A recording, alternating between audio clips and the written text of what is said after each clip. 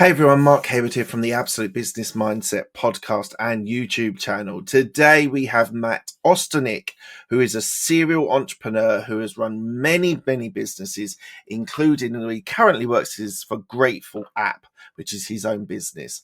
We talk about his traditional upbringing, his degree, and his time as an architect.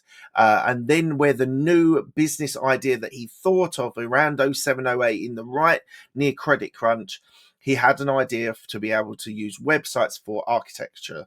Now, he was then able to sell that business and work within that business for a period of time after he sold it. Really an enjoyable, interesting story about building a business, selling a business, working in the business after you've sold it. Then we talk about his second business and third business.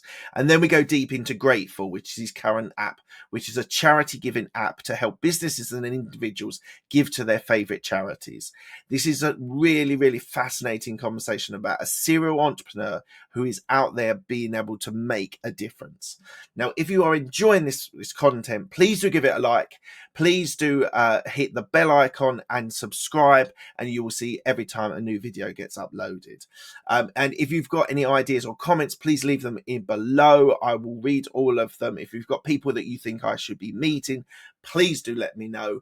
Thank you so much for your time. I really appreciate it. Hopefully you enjoy this video as well, and I will see you later. Cheers.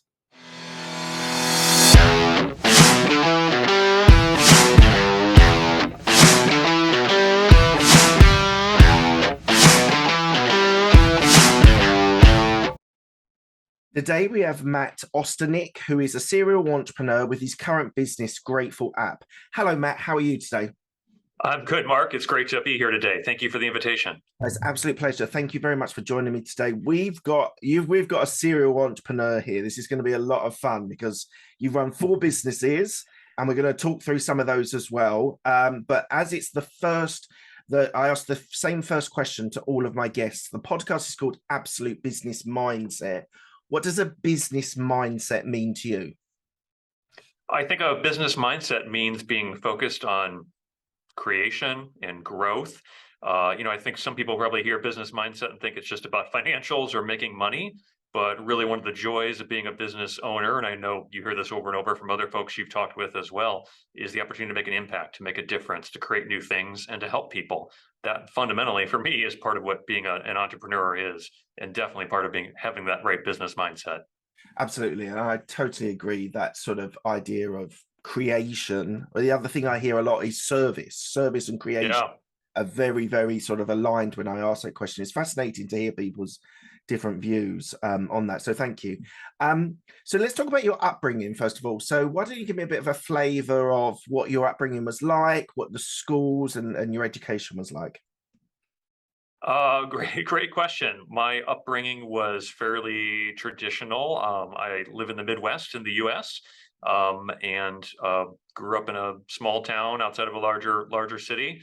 Had a great family and parents that did a great job raising myself and my sisters as well. When I was growing up, I had a dream of starting a career in architecture, and we'll talk more about that Yeah. when we talk about my business progression as well. But that was really my focus as part of my upbringing as well. My career has actually taken a completely different path from that, but that was a key part of it also. And you trained to be an architect, didn't you? And worked for 4 years as an architect. What drove you towards architecture? I've always loved creation. Speaking of creation as a business owner and entrepreneurs, but I always, being creative. As a kid, I loved drawing, loved building things as well, and that really drew me down the architecture path. So I went to school, trained as an architect, got licensed as an architect here in the U.S. And while I was working as an architect after college, saw an opportunity to create a software company that provided a software tool that would help architects with a particular problem that they were having. And that's what actually led me down the path of technology entrepreneurship. But at the time, I was very singularly focused still on architecture being a great career path. It is a great career path, by the way, not to clarify, but I didn't realize that entrepreneurs and business owners can have so much fun from a creativity and building standpoint as well. Right, we are going to jump around a little bit, but when you see the businesses that you've created and sold and closed and etc. and that you're running at the moment, they've all been based around website apps and tech. So what was why did you move from architecture into technology? Did you see it as the future growth? This was 2005 when you started Submit or Exchange. So you really did sort of hit the sort of technology swing when Facebook and all these YouTube were really starting to boom as apps and websites. So what was the driving force behind tech for you? At that particular time, it was a specific opportunity, and that might not even be the right word, problem that I saw with the way that the architecture firm I worked at was operating in one specific area, and that I found with some research that other architecture firms and construction firms were struggling with as well. Specifically dealing with a lot of back and forth paperwork. And at the time, it was paperwork, physical papers going back and forth on commercial construction projects that we were working on. And I had an idea for creating a software tool, a website to manage that flow of information more electronically. One thing that I like to tell new entrepreneurs when they're asking me for advice, right, is in my opinion, there's three main things that go into building a business and determining your success. One of them is your strategy, what your strategic plan is and your business plan, and the idea of what you're trying to pursue. A second thing is your execution on it, right? How good you are at actually building and delivering what you're saying that strategy is going to be. But a third piece of it is timing, right? And I didn't at the time, and I didn't fully appreciate how important that is, right? You can have the best strategy in the world and great execution, but if you don't have the market timing right for providing a solution that people are looking for and needing at that point, it's possible to be too far ahead of that. It's possible to be too far behind that as well. But I mentioned that as context because with what I was doing with launching that first business, in hindsight, I had really good timing. And I appreciate you mentioning it as well. It was when technology was growing, people were getting more used to using online systems for many things, but they weren't so advanced that they already made that transition, and there were a million competitors in the space. The market wasn't that mature yet either. So I was very fortunate with that, to have a good idea at the right time and to execute on it, but also to have really good timing when the market was getting ready to make a transition Yeah, in I think that that's particular what space. some people don't always understand, that the timing to the market's like, it's not, being first is not necessarily the Hmm. best idea. Sometimes coming in second and third and learning from other people's mistakes can be really impactful as for a business. But I'm just wondering, you started Submit or Exchange in 2005. It's not too much further towards that we hit the credit crunch in 0708. And I Hmm. know my brother was a quantity surveyor at the time, and he really struggled in the construction industry because it was hit very, very hard by the recession in 0708. Yes. How Yes. did you manage those difficult times in the construction industry and building your app? Yeah, great question. And of course, I didn't know that recession was coming. No, Nobody did, right? no. Um, or very few did for sure. And again, timing affects a lot of that as well. So what my initial product did was helped architects and construction firms manage a lot of the back and forth documentation on projects, things that were traditionally big stacks of paper, and being able to do that electronically much more efficiently. One of the things that's interesting about that industry is it's very slow to change. It takes a lot of time. And so I had a solution that saved people money, made it easier to manage those projects. But I also had a lot of resistance because it was something different. And again, an industry that is very creative, but also was slow to try new things. Construction activity in both the UK and the US and globally took a 30 to 40% decline in that recession from 07 and 08 into 09, which was terrible. But there still was a lot of construction activity happening, even though it was way less. And in hindsight, the timing worked out well because there was a lot of pressure to get more efficient. Architects and engineering firms and construction firms had a lot of pressure to figure out how to do things with less staff and to do it more cost effectively. And that happened to be exactly what my solution helped with. So while there were less potential customers to pursue and less projects to pursue, it also was good timing because our pitch of "we help you save time and money" was resonated even stronger. In good times, people don't have to focus as much on being efficient, but because of that recession, it really honestly helped with the sale of the platform that I had created, if that makes sense. Yeah, so you one of my favorite subjects, we talked about this before we started, is people selling businesses. And Mhm. but you sold the business, you stayed on, is that right? You stayed on for a little while on the That business? is correct. So I sold Submittal Exchange to a larger firm with other construction software products. And my business was very small. We had some investment dollars from friends and family mostly, but largely bootstrapped. And we sold to a much larger firm that had raised significant dollars from large investors with some ambitious other complementary solutions in the space.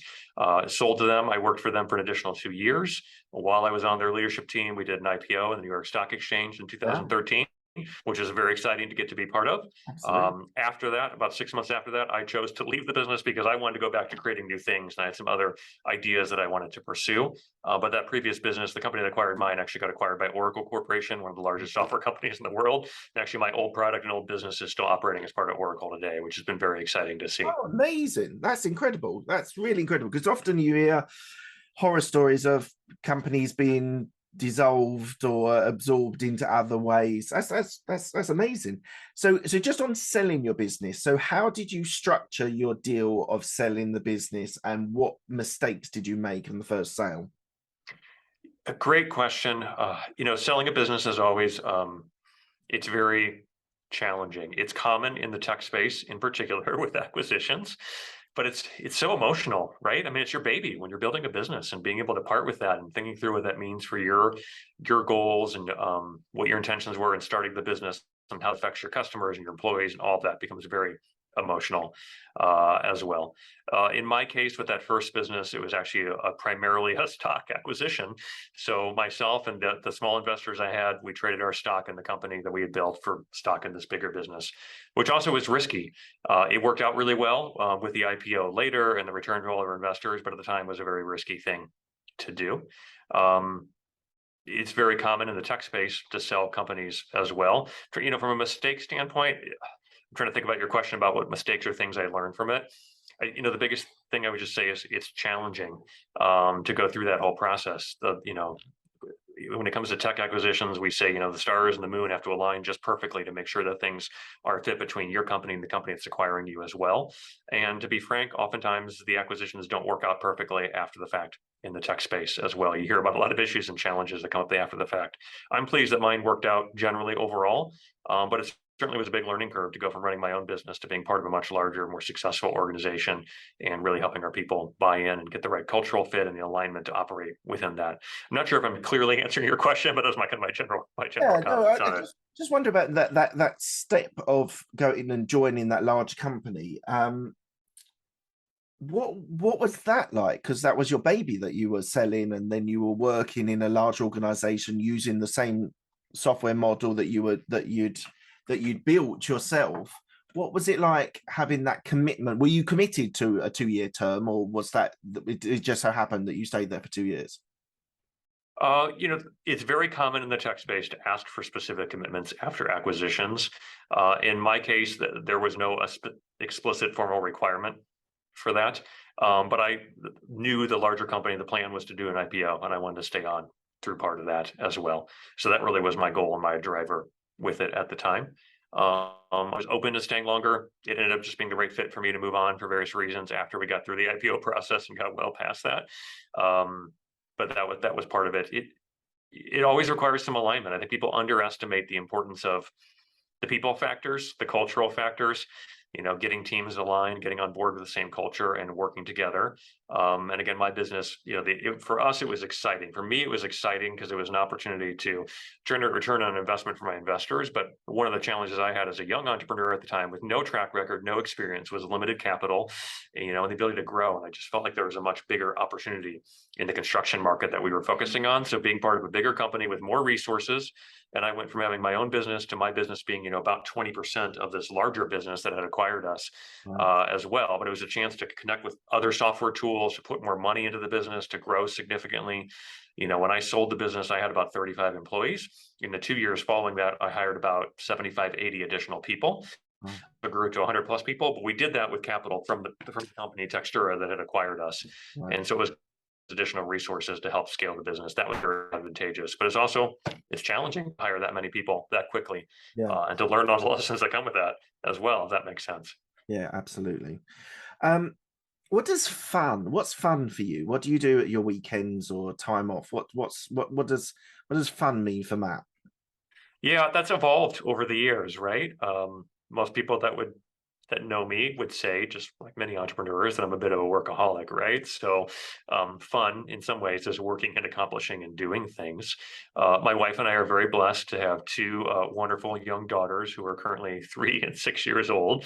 So Wow. the definition of fun and what family time looks like that's changed a lot as a result of them appearing in our lives, with us being blessed with them, and certainly spending time with them, doing activities with them, and as they continue to grow, that changes our activities and the things that we're engaged with, if that makes sense. And Yeah. as you appreciate having a family as well, it's very Yeah, so important. I've got 6 and 8, so they're a little bit older. Awesome. It's two girls as well. Yeah, definitely a challenge. Definitely, as you say, like what we used to do, like me and my wife, and socializing and going out. Suddenly, it becomes a lot harder when you have kids and the priorities change. So it's yeah, a lot of fun. I'm blessed to have two beautiful daughters, but it is a challenge. It's always a is I keep on being told by people who have got older children that the intensity does kind of change. It doesn't necessarily get less. It's just it changes into other things. And I messaged my business partner yesterday. Oh, what did I say? I said we were just messaging. He's based in the US, and I was messaging him on WhatsApp, and I'd stopped because I was putting my daughters to bed. It was bath time, and it was middle of the day in his day.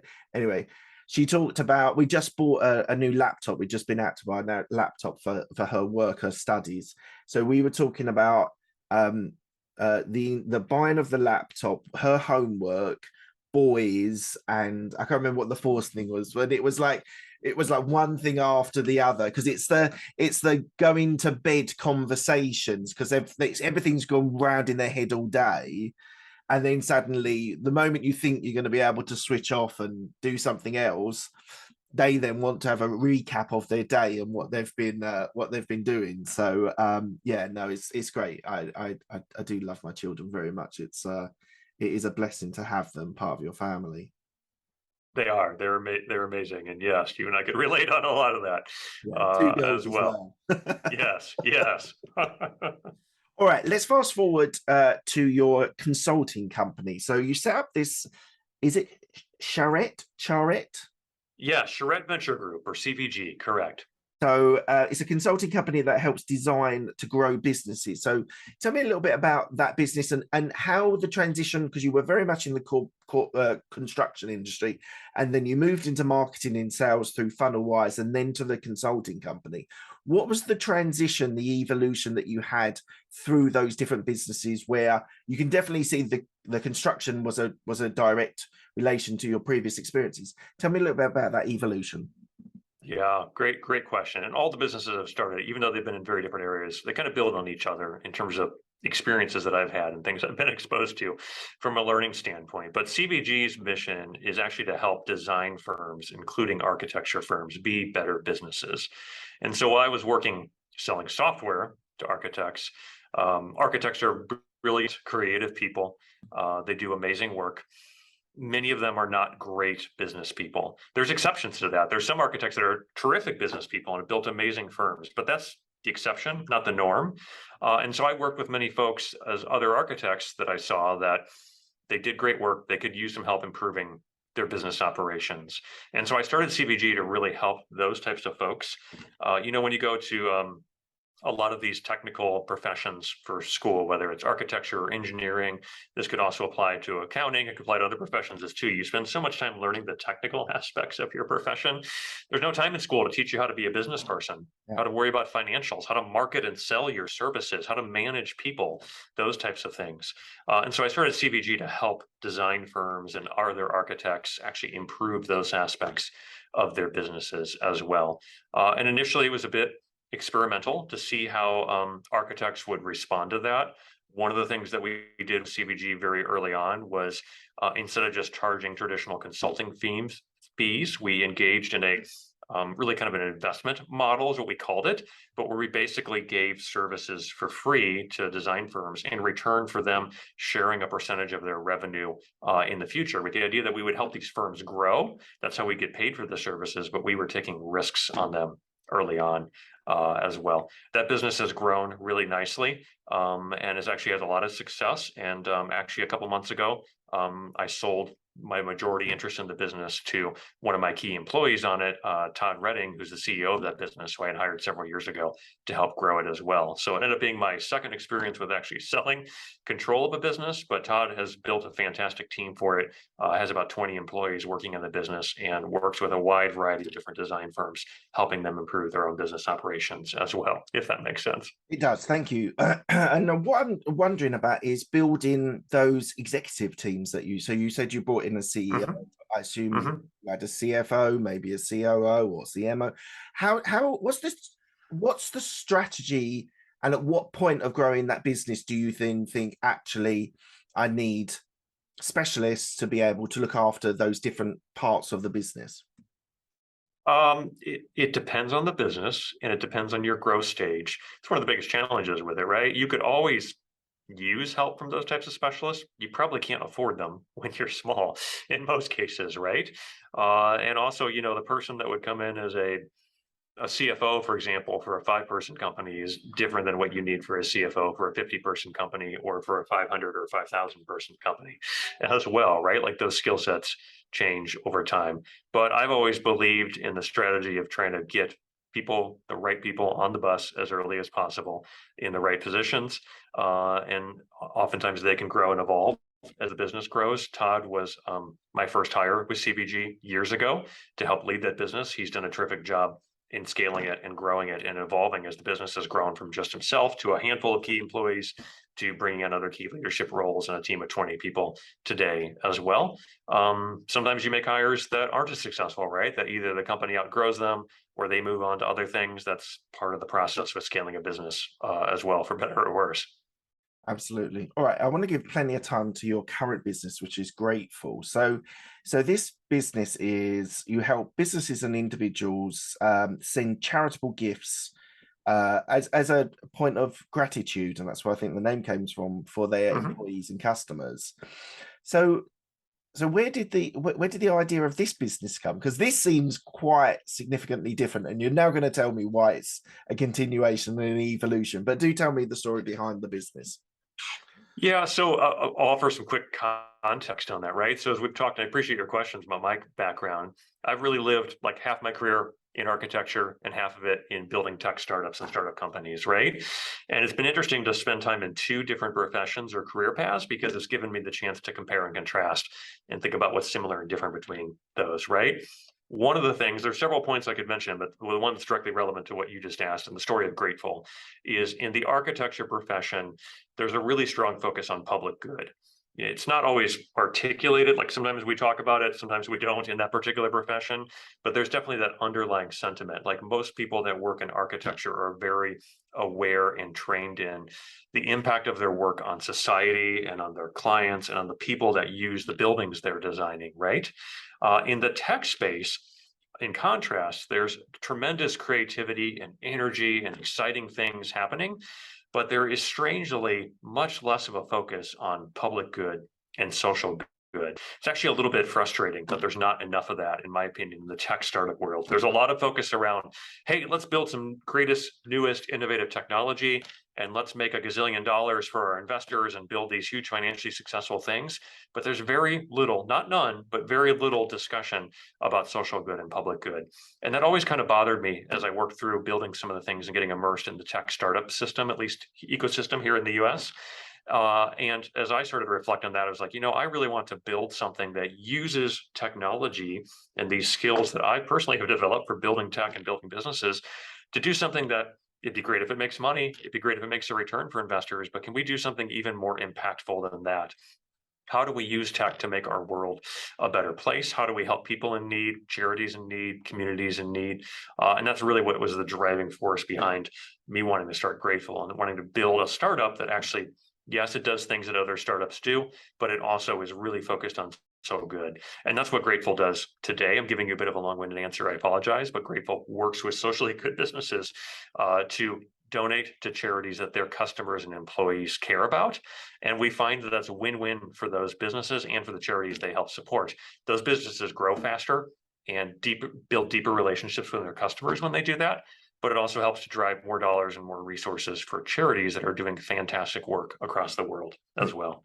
Do you think the advent of the millennials and the role they're increasingly playing, where social justice, social care, and sort of charity work and things like that are becoming more and more important in society and I personally think the millennials have driven that agenda a lot more than Generation Y or Z and the baby boomers. What's your view on that?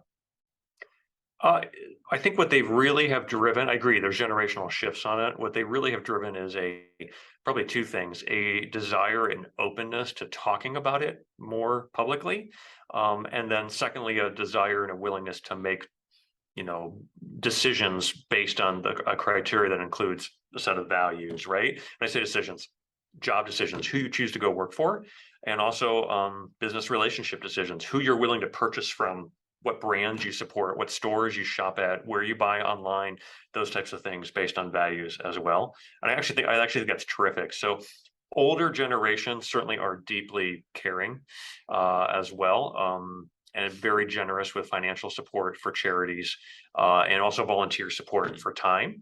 But when I talk to folks that are older, a common answer when I talk to a business owner who's, let's say, 65 or older about their charitable giving is that not always, but oftentimes they view that as a private matter, right? Yes, they're generous. Yes, they give, but who they give to, that's a private matter for them and their business. Whereas younger generations, they expect that to be talked about publicly. And when businesses go out and say, not just, oh, our business gives to XYZ charity because we believe in it, but when they say, we're willing to support a charity that you care about as one of our customers as well, as part of a relationship with you, that's something that deeply resonates with younger generations and really engages them in a way that hasn't been done before.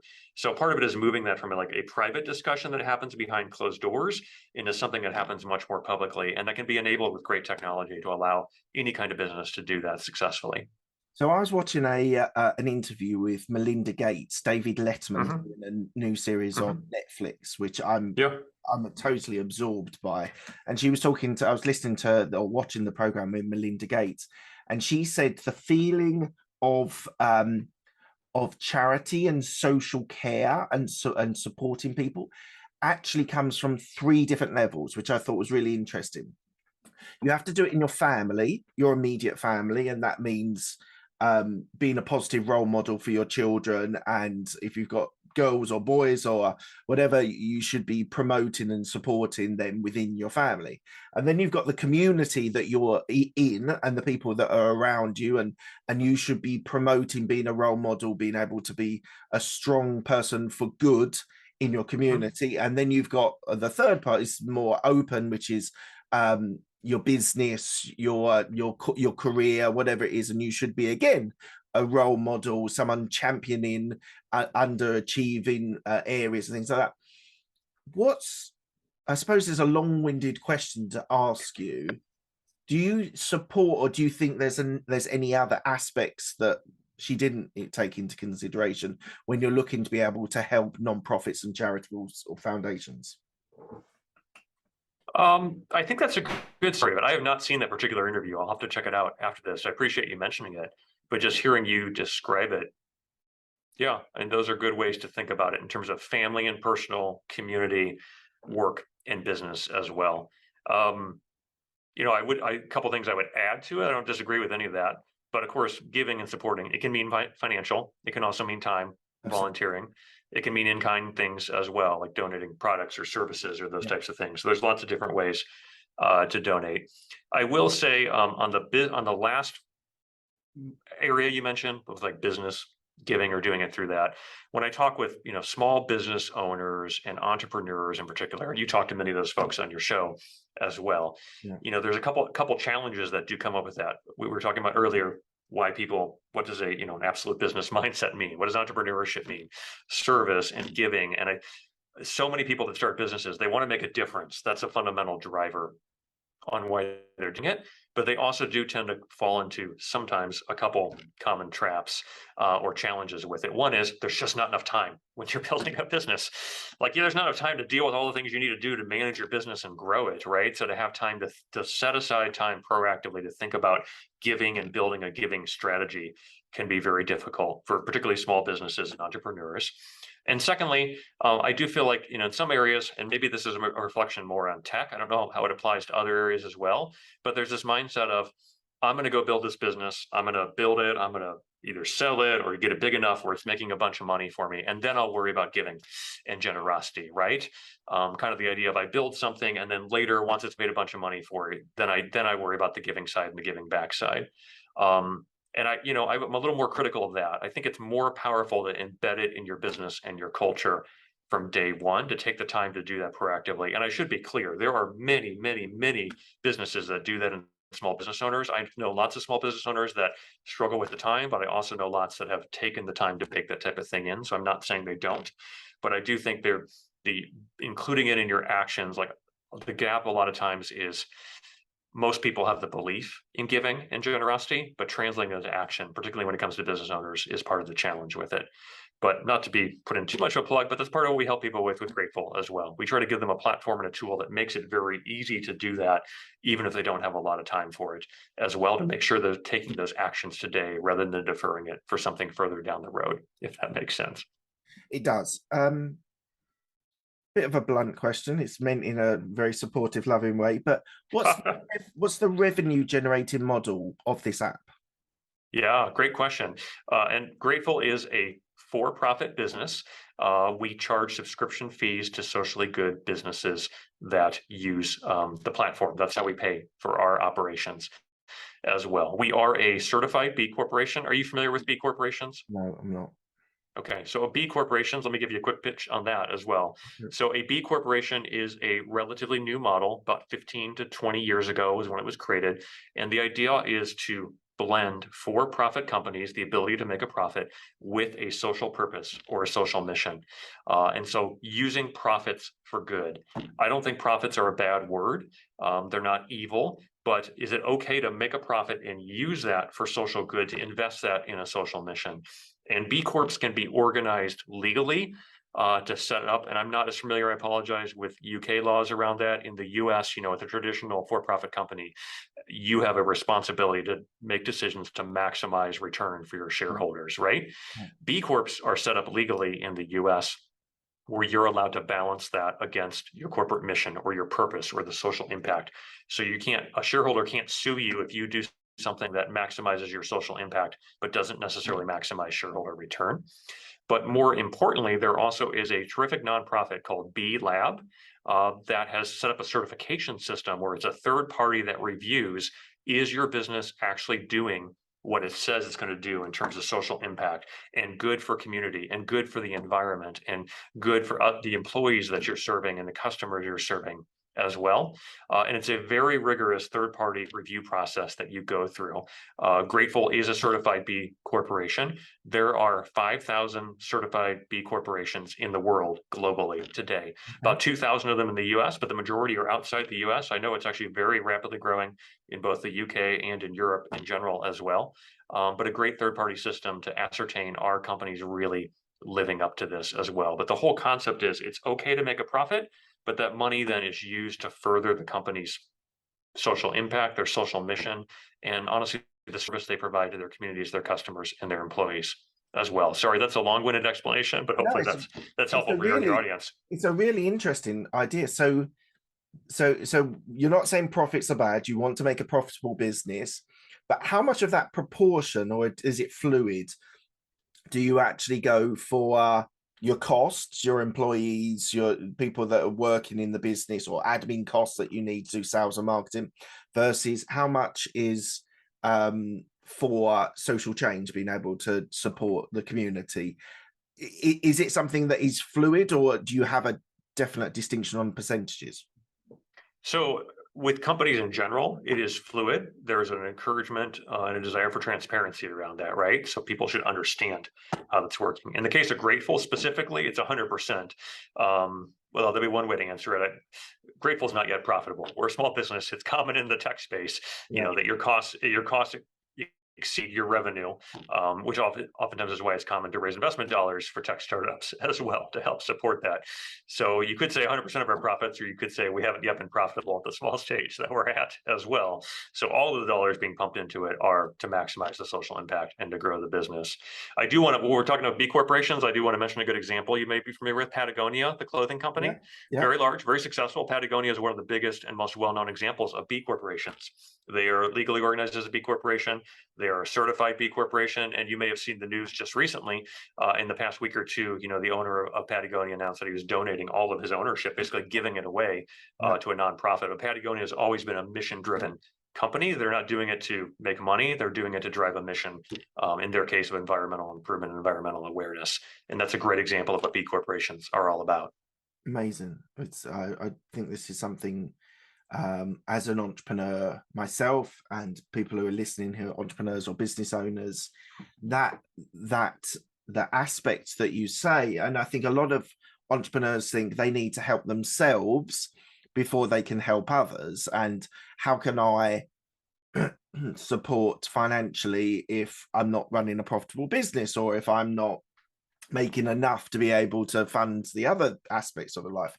But something you said earlier on, which I think is the critical thing, there's ways of being able to do it. It might be financial, it might be time, it might be using your products and services to be able to support a charity or a mission. I think that's the key thing for entrepreneurs that are listening now, that it's not always about the dollars or the pounds that you're giving. You can do so much more in different ways.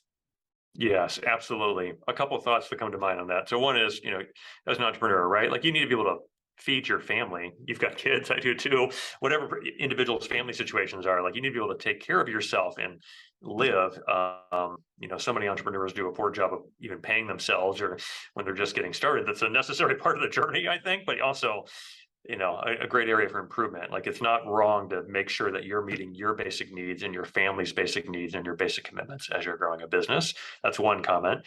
Two would be, one of the things that we've done with Grateful is we've launched a secondary website called sociallygoodcompanies.org. And it is primarily US focused at the moment, but we intend to grow it in the UK and elsewhere in the future as well. But it highlights businesses that do different types of charitable giving. And one of the points of feedback I oftentimes get, we reach out to businesses and ask them to update their profiles in it, is, hey, Matt, I'm a small business. I can't afford to do much giving. Is there like a dollar amount that I need to give to be even considered socially good? And my answer to that to other entrepreneurs is always no. We intentionally don't ask about dollar amounts. It's not about, hey, are you donating, hundreds of thousands of pounds or dollars or millions? Is it, $10 or 10 pounds is just as good as 100,000, right? Like it's not the actual amount. Sure, as you grow, it'd be nice to give more, but it's the principle of it. It's the action of doing any giving. I would encourage every business to think about giving, even if they're small and can't afford much. You don't need to do huge amounts, but it's the basic action of it, of baking it into your business, that makes it more valuable. Lastly, sorry, I'm giving you a long-winded response on this, but I certainly see businesses that get in the mindset of, we can't afford to do anything with this, right? Well, I mentioned earlier, is when it comes to customer giving programs for socially good companies, those are win-win because they help you grow your business too. A lot of businesses will start them small. They'll do them as a percentage. Let's say they'll donate 1% or 0.5% of each customer sale or purchase or contract to a charity that customer cares about. When you set it up that way, the amounts are small when your business is small, but then it grows as you get bigger. But there's two valuable stats we see from that. One is 91% of people that care about giving will tell you they're more likely to do business with companies that are willing to support a cause they personally care about. So you're increasing your customer attraction and customer retention by doing that giving. And then secondly, in the initial studies we've done, and we want to do more of these as we grow, but the initial studies we've done, we've seen that those customers that choose to participate in that, they spend 17% more on average with your business as well. So you're actually growing your business with them by being willing to give. So you're supporting great charities, but you're also growing your business at the same time as doing that. And businesses do the giving because it's the right thing to do, because it aligns with their values, Yeah, but it also has a significant impact in helping you grow. And so it ends up being a financial success for you as well, if that makes sense. it does. So I would definitely call you a serial entrepreneur. I would put that as your classification. And that's what I did at the start, because looking at your businesses that you've grown and built and scaled. What's your favorite bit? Is it sales? Is it marketing? Is it the tech? Is it the design of the technology? What is your favorite bit that you enjoy doing? I enjoy almost all of it, but my favorite bit is the creation aspect, right? It's fun to come up The with a new idea. the design stage, what it looks like, or the helping the building with like the coding behind the app? The design stage, or actually developing the vision around it, right? And sometimes that can be the big picture of here's this giant thing we're trying to do. But oftentimes it's in the conversations with people you're trying to help, the customers you're trying to serve, or with Case Grateful, with the awesome charities we try to serve as well, like talking to them about how we can help them more and building a vision for how we can accomplish that. Like, the inspiration and figuring out what that could look like, the imagining stage is a lot of fun for me personally. So really, it's there is a consistency through all of your businesses. That whole, you said right at the start, the creation bit is the most fun bit. So designing, building the business is the fun bit, is the creation bit. Yeah, it's imagining what could be here, right? That's not here today, but what could exist in the future, how we can do something better or help someone, and then figure out how to turn that into reality. Absolutely. Oh, fantastic. Right. What's the plan for the next 2 to 5 years? I kind of know where this is going, but what is the plan for the next 2 to 5 years for you and your business? Well, our goal with Grateful is to help as many socially good businesses as we can, but also to help as many great charities as we can to support their work as well. And we're very ambitious about that. Grateful is small, it's new, but I would love to see a day where we have 5% or more of businesses in the U.S., in the UK, globally, using the Grateful platform, doing grateful giving, as we call it, with customer giving programs. That would be hundreds of thousands of businesses that would be participating in it and supporting generous giving to terrific charities. Those businesses will grow more successfully as that, but they'll also support amazing causes. That's really what we're focused on, continuing that growth over the next few years and expanding the conversation about social good. What does it mean to be a socially good company? I talked about B corporations. That's part of it. There's other ways to be socially good as a business in addition just to B corporations, but really building out that dialogue and spreading awareness of it is a key part of what we're doing in the years ahead as well. Amazing. Good luck with that. Okay, we're coming to the end of the interview. I've asked the same 6 questions to all of my guests. They're quick-fire questions. They don't need a quick-fire answer. They've been described as a little bit thought-provoking as well previously. So let's see how we get on with this. What was your best decision that you've made in business? Yeah, that's a great. You said my answers don't need to be quick fire. No, no, we've still got a bit of time. uh it's certainly probably the best decisions are some of the best hires I've made, right? It's always getting the right people, and hiring is a whole challenge in of itself. We could spend an hour just talking about hiring, Yeah. right? But certainly when you get lucky, when you hire someone who's a great asset to your business, who is a great fit from a values and culture standpoint and really delivers growth, but really supports and brings on others, like those types of, there's not one, like I can't tell you, here's my absolute best employee I've ever hired. But certainly, a dozen or 2 dozen of them that stand out in my mind over the years, like those are the things. So I have to admit, a lot of that's luck, but it feels really good. Like you made a great decision when you get a great person on board with the team as well. What's the best piece of advice you've been given? That's a good question as well. Um, I've received lots of advice over the years. Some of it has been fantastic, right? But in terms of one piece of advice that explicitly stands out, um, with that. I'd have to put some more thought into that. I apologize. I'm not giving you a good quick No, fire no, it's fine. answer here as well. So let me tell you, I had a mentor when I was in corporate. I worked for corporate for 14 years in Big Four Yeah. accountancy area, and I had a Yeah. mentor that was helping me there. And he said to me, that the best piece of advice he gave me was the Bruce Lee saying, I don't, he says, Bruce Lee says, I don't worry about the person that knows how to do 100 kicks. It's the person that knows how to do one kick has practiced 1,000 times. It's the 10,000 hours. There's lots of different versions of this. And I think it's really important, like, yes, expand and go into different areas and develop yourself in those areas, but just being able to do the 10,000 hours I think is a really, really important piece of advice for people, whether they're entrepreneurs or business owners. I completely agree with you. And this is not what you asked. You had asked about advice given to me, but certainly when other entrepreneurs ask me for advice, one of the things I share that fits with that is it's a long-term journey. You always hear about these overnight success stories in the news, right? I created a business a year ago and now it's, it's blowing up. It's so amazing. It's like, that's not reality. Yeah, there's like a tiny fractional chance that could happen, but the reality is starting any business, you're committing years of your life, 10,000 plus hours, Yeah, usually much more than that if you really want it to be successful. So I love that story. I haven't read this article. I saw something on a news outlet, BBC today, and it had about the Ring, the guy who does the Ring doorbells. Yeah. I haven't read the article, but it said the best piece of advice I was given is don't take advice.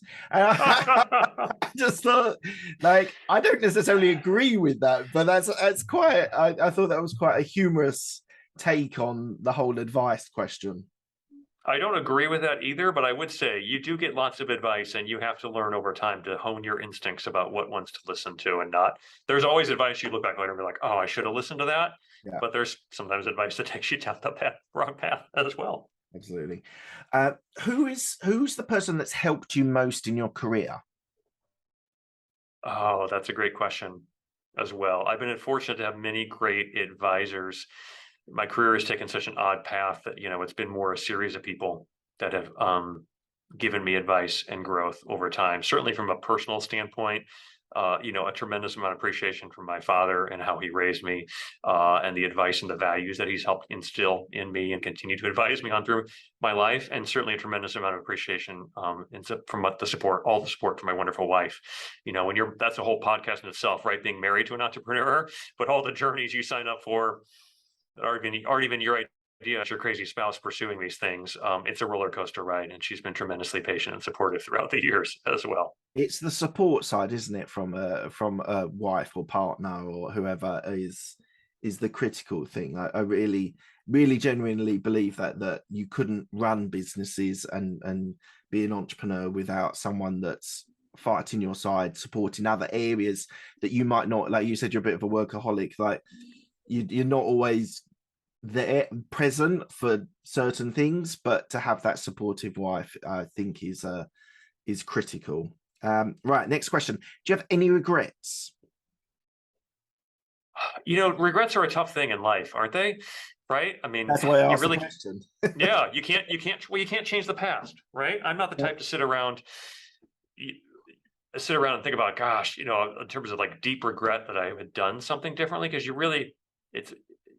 create so much pain if you sit around and focus on like, hey, I wish I had done this differently. You cannot change the past. The only thing you can do is learn from it and move on. I've made plenty of mistakes in my business career. There's things I've learned from. We talked about a couple of success stories of businesses. I had another startup prior to Grateful, but a company called FunnelWise that I ended up shutting down. That was not successful. Certainly, if I knew today if I knew then what I know today, there's things I would have done different in the strategy that I think would have led to a different outcome, right? Things like that.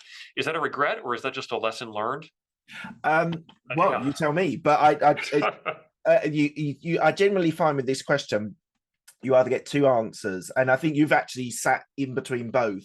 You have the more philosophical that say, well, we just grow from all of our experiences and their learned lessons, or you get someone really go deep into an area and just say, look, I made a mistake there. I spoke to that person incorrectly. I I shouldn't have made that decision or dealt with that person that way. Could be a hire, could be a fire, or whatever. So you've kind of sort of straddled in between both of those sorts of answers. But no, I think you're absolutely right. We all make mistakes. It depends if regret has a term, and that's why I asked the question regret rather than what have you learned, because it opens up a whole area of your psychology of whether you actually regret firing that person or hiring that person or treating that person that way or making that decision. So it's definitely a provocative question, and that's why I ask it. Okay, it's a good question. Go ahead. Moving on. What are you most proud of? Oh, that's a good question as well. It's tough because I don't sit around and focus on pride sentiments a lot either, as well, right? Like I'm more the type of focus on what we're working on next. I'm certainly happy and pleased with the success I've had in past business ventures, the ones we've talked about on this conversation here today. But yeah, I'm proud of how those have turned out. But I also, there's such a team effort as well. Like I can't be like, hey, Matt did this and Matt's amazing. It's an incredible contribution from many, many folks to make them successful. But I am certainly proud of how some of those past businesses have turned out and the impact they've made. Absolutely. 100%. What does legacy mean to you? Yeah, that's a great question as well.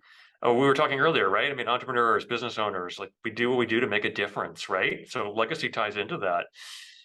What are you leaving behind? We talked about kids earlier in this conversation, right? What's the legacy you're setting for your children? I guess I'm answering your question by kind of stream of consciousness thinking out loud here. I mean, it's the impact that you're leaving behind with what you're building and creating. It's also the impressions you're giving, both with your own family, but also the others that you build deep relationships with as you pursue business ventures and life as well. I actually think absolutely family. You always talk about what you can bring as a role model for your kids and stuff, but actually I think the fact that you've had businesses that you've sold that are still going on and being successful in the future, that's a huge legacy that you're creating that I think you should be incredibly proud of. And it's showing that the business model was right. Yes, you're absolutely right. Sometimes it's timing, but equally you've got to be able to grow that business, scale that business. And I would say, from what I've heard, from what we've talked about, that legacy, having your businesses still be able to continue and run without you is massive. So congratulations on that. Well done. Thank you. You're being very kind. I appreciate it. Thank you. Lastly, where can people find you if they want to reach out to you? Yeah, great question. LinkedIn, look me up on there, is a terrific way to connect. And for Grateful and learning about grateful giving, our website is Be Grateful. It's begrateful.org. Would love to have folks connect with us there as well. Fantastic. Thank you so much for your time today, Matt. It's been absolutely fascinating hearing your journey and your successes and some of your failures, which are really great to hear. Thank you so much for your time. Thank you, Mark. It's been a pleasure to talk with you today. Thank you so much.